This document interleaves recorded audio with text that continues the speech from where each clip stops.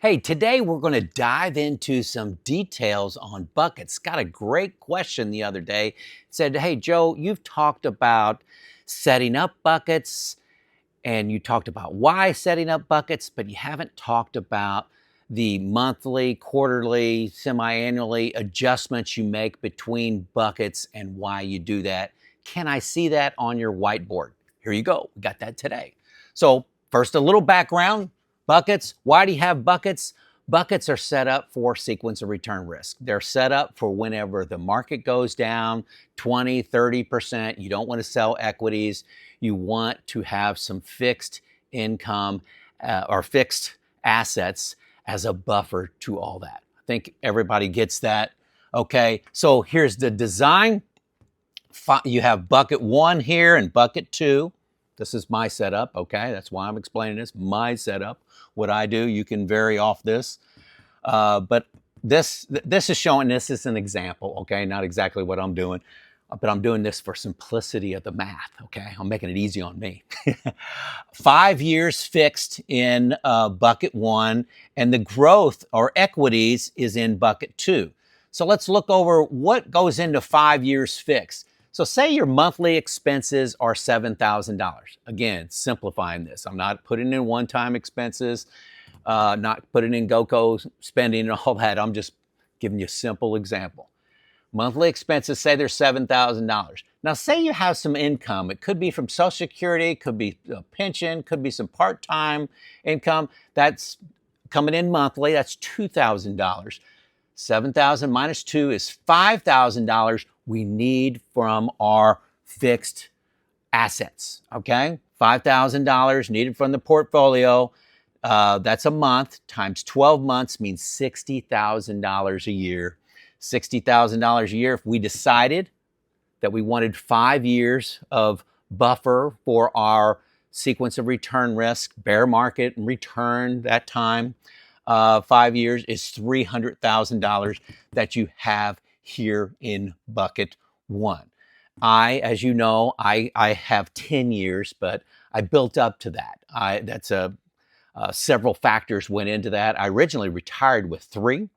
And then as my equity portfolio grew, a lot of luck involved there, but it grew and grew, I bumped that up to 10 years. Now, a lot of things changing here for me, why I can do 10 years. It's not all just, money, all my expenses covered by my fixed. I'm starting to get Social Security. I got a little bit of a pension. I'm making a little part-time income here through YouTube. So I want you to understand this map.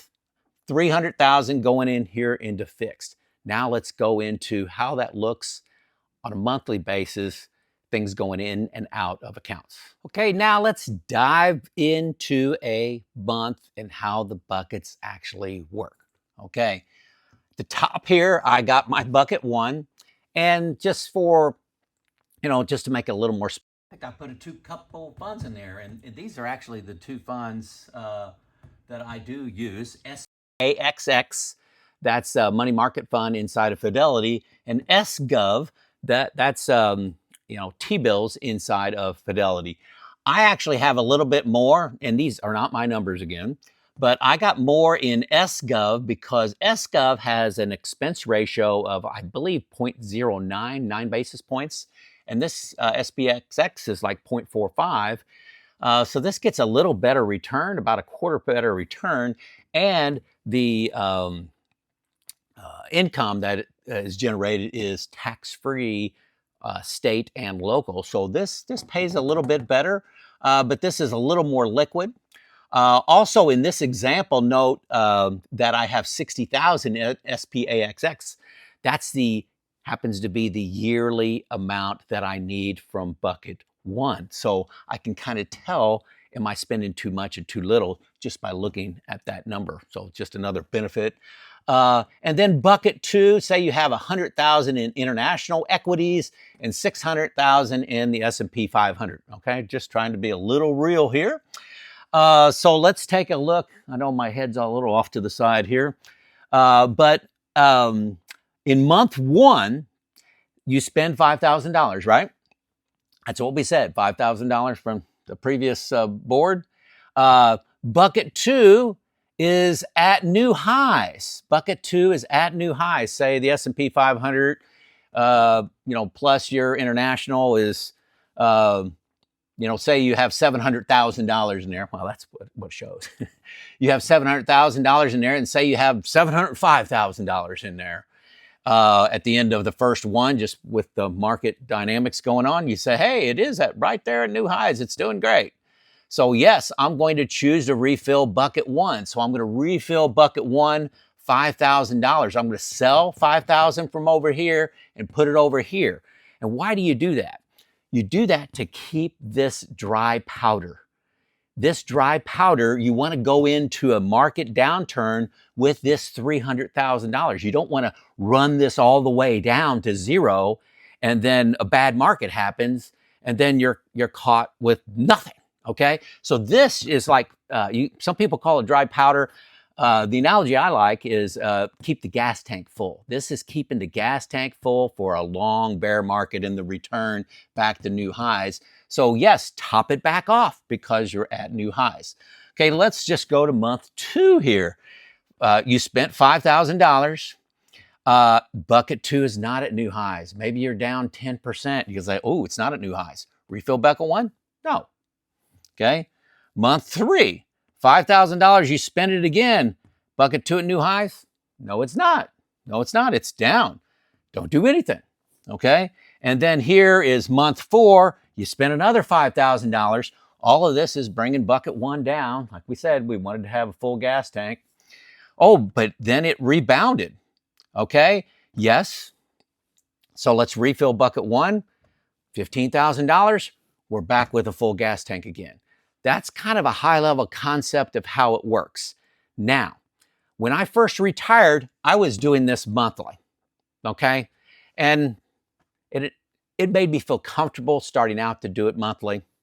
But I have since gone to quarterly, and I did quarterly for several years, okay? About a year ago, I moved to 6 months. So I'm just working bucket 1 down, and every 6 months I'm doing this analysis. Is bucket 2 at a new high? Yes, refill it. Doing it every 6 months. You can also do it every year. Okay, you don't even have to go by the month. You can do whatever you want. You can do it every 100 days, whatever makes you feel good.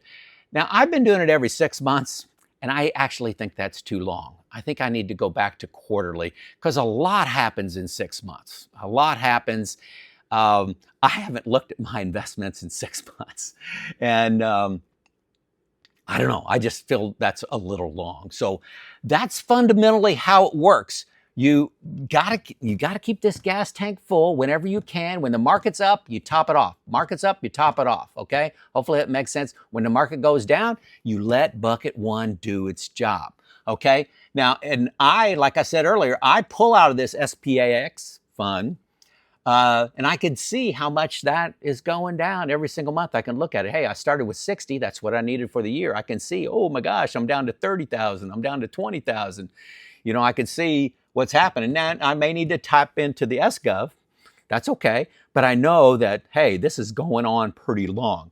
Does this make sense to you? A lot of people look at buckets and they think, this is complicated. It's not that complicated. I don't find it complicated at all. When you're doing this once a quarter or once every 6 months, you don't do much at all for that duration. You just live your life and spend your money, okay? They say the rules are complicated. Hey, what if you're not at new highs, but you're within, 2% of new highs? Well, that's discretionary, up to you. If you're a little bit concerned about the market, maybe go ahead and refill and keep that gas tank up to the top. Maybe that's what you do. Another thing about buckets is some people think, hey, boy, you're destroying value. What if you had everything in all stocks and then you just did annual rebalancing with maybe 10, 15%, in fixed? Okay, well, do whatever you want. I like it's psychological, it's emotional. I like knowing that when the market goes down by 30%, this happened in 2022, I was down a lot. 2018 wasn't great. Well, I wasn't retired then. 2020. When you had the whole COVID thing, you didn't know how long it was going to last. I knew I had this much dry powder, this much gas in the tank. I could go 3 years, 4 years, 5 years, whatever you decide to put in your bucket one. Now I've got 10 years. The market goes down 20, 30%. I go on with my life. And I want to go on with my life because I'm 62 now. I don't want to, be overly cautious when I'm 62, 63, 64, 65 and burn those go-go years when I'm very physically able to go out and do things and live an exciting retirement. Okay? So that's what Buckets does for me. Provides me with security, peace of mind, and the ability to maximize my go-go year spending. Hopefully that makes sense to you. It's not about maximizing your returns. You're maximizing your safety at the same time as getting as much growth as you can. Hopefully this makes sense. Give me some feedback in the comments. This is Joe out.